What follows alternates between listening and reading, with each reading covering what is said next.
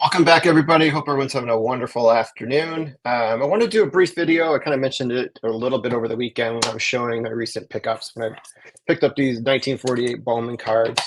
But before I do that, I'm actually getting pretty close to 2-year anniversary. So I think next weekend I'm probably going to be doing sort of a retrospective journey over my first 2 years of YouTube to kind of commemorate 2 years on YouTube. And I want to thank everybody that's been subscribing and supporting the channel up to this point.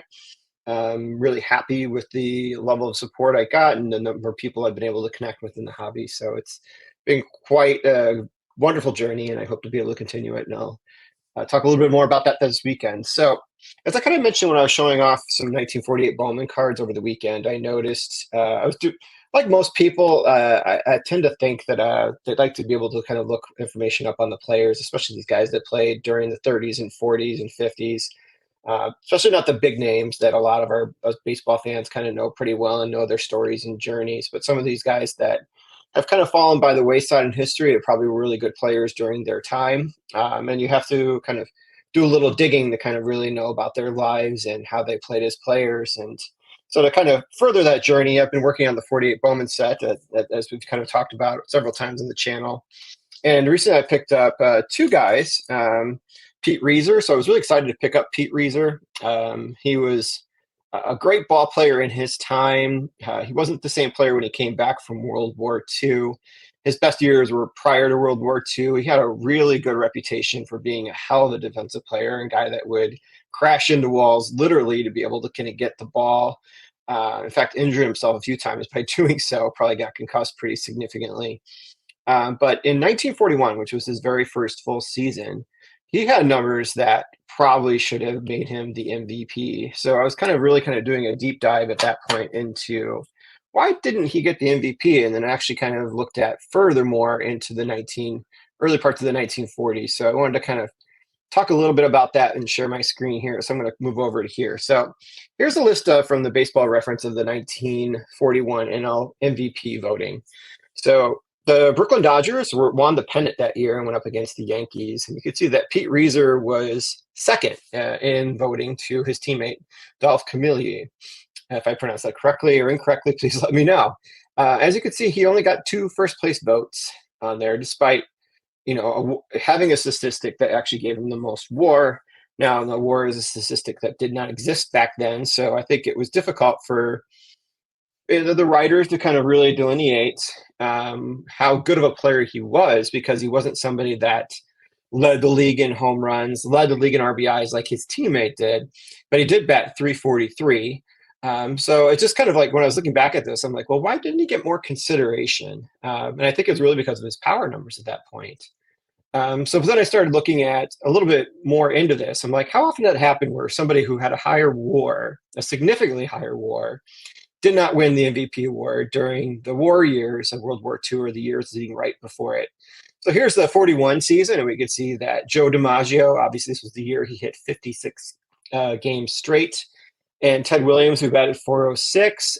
Ted Williams had the higher WAR in that season, not by much, but a little bit over by 1. So I think sometimes people think, with back on those seasons, that Ted Williams had such a better season than Joe DiMaggio did. But in fact, significant WAR of 1 is, it's significant, but it's not necessarily like a huge gap, if you will. So you can see like Joe DiMaggio led the league in RBIs there. So Ted Williams didn't quite get the Triple Crown that year. Both, I think, did incredible feats that we haven't really seen match since. So that was like 41. All right. So that would kind of like, okay, the AL MVP kind of made sense for me.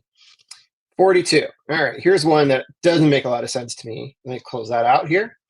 So in the AL MVP, so we have Joe Gordon, who was with the New York Yankees, got 12 first-place votes, 3 more than Ted Williams, despite Ted Williams having a WAR of 10.5 and winning the Triple Crown that season. So what is that about? Kind of looking back at that.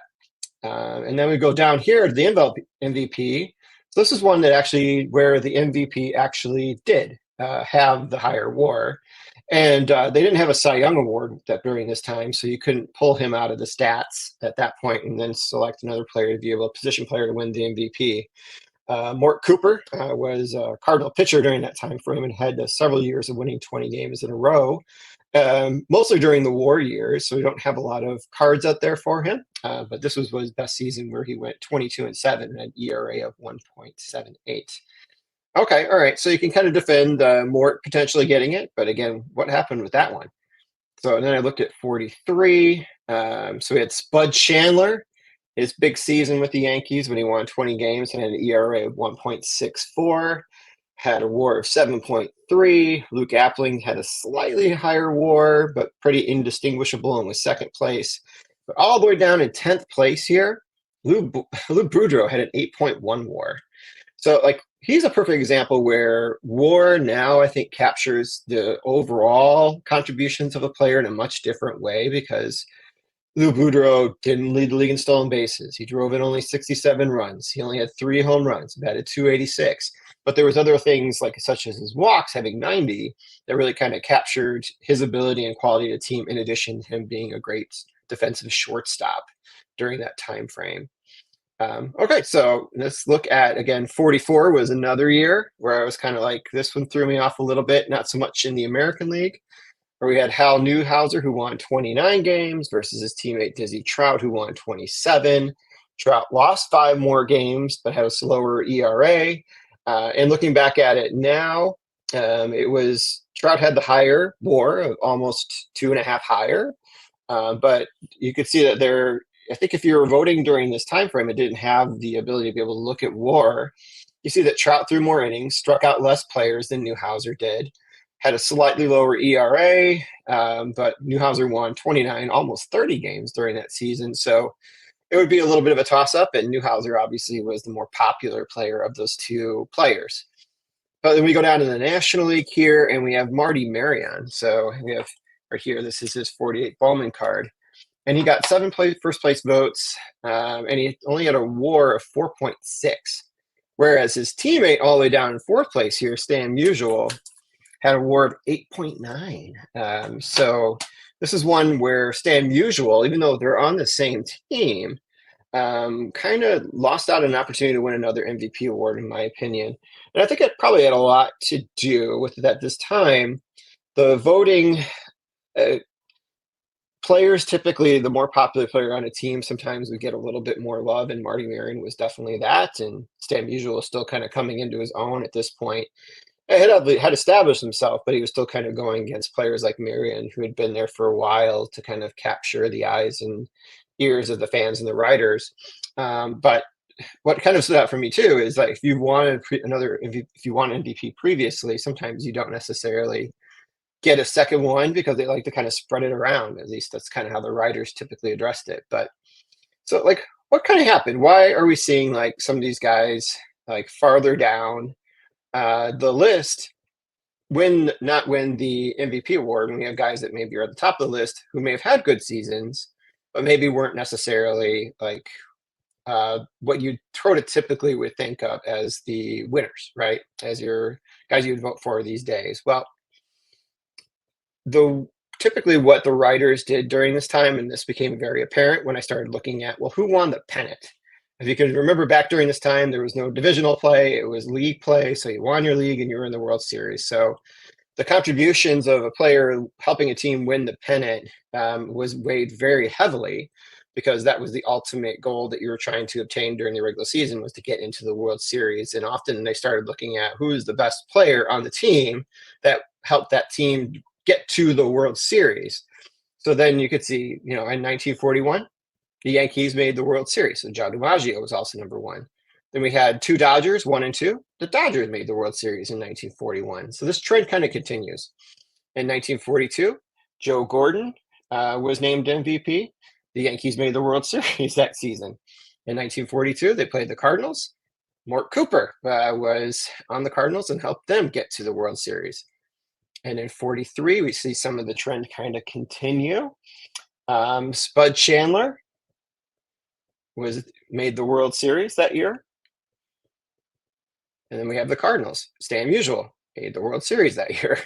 1944. In the AL, well, the highest player from the team that made the World Series was actually Vern Stevens, who was the Browns. Who actually had a very good season that year. He drove 109 runs and hit 20 home runs himself and batted 293. But he obviously did not necessarily have the WAR that the players above him did. But in the National League, even down here, Marty Marion helped the team win the get to the World Series and win the World Series. So then he got to the World Series, and you see that happen again in 45 as well. I won't pull that one up, but Newhouser won the MVP. That was his second one, and the Detroit Tigers made the World Series that year. And then Phil Cavarretta was the MVP for the National League, despite not having the highest WAR either. And the Cubs made the World Series that year. That was their last appearance in a World Series until 2016 when they won. So just kind of interesting things that I was kind of looking at when I was kind of reading through my vintage cards that I picked up recently. And just some observations I kind of had of it, and just kind of seeing how the baseball's kind of changed. Because I think finishing first place is still obviously important, and making the playoffs is important. But we don't know at the end of the regular season who's going to be in the World Series, and so I think we look a lot at individual player contributions and where they fish in the ranks. And they may not be on a team that made the playoffs to be able to kind of get the MVP award. And I think that's become more universally accepted. And obviously, using some of these advanced statistics is much more informative than it was back then, where it was important if you had led the league in hitting. It was important if you hit the most RBIs. It was important if you hit the most home runs. It was important if you had the most hits. Whereas now we have a different way of kind of looking at these players. It may not always be dependent upon those statistics to be able to determine who is the MVP. So anyway, I thought that was kind of interesting. So again, starting with these two players, they helped me do a little bit of a deep dive into it. If you look at the rest of the 40s, you'll see some similar trends kind of happening there too, where you're like, how did this guy win the MVP over this guy? Had a lot to do where they finished in the standings when you kind of look at it back during this time. And probably there's some consistency with that, probably for most of the pre-war era up and even until through the 1950s and 60s before we had divisional play. So hope you guys enjoyed it, and be back next weekend. Bye.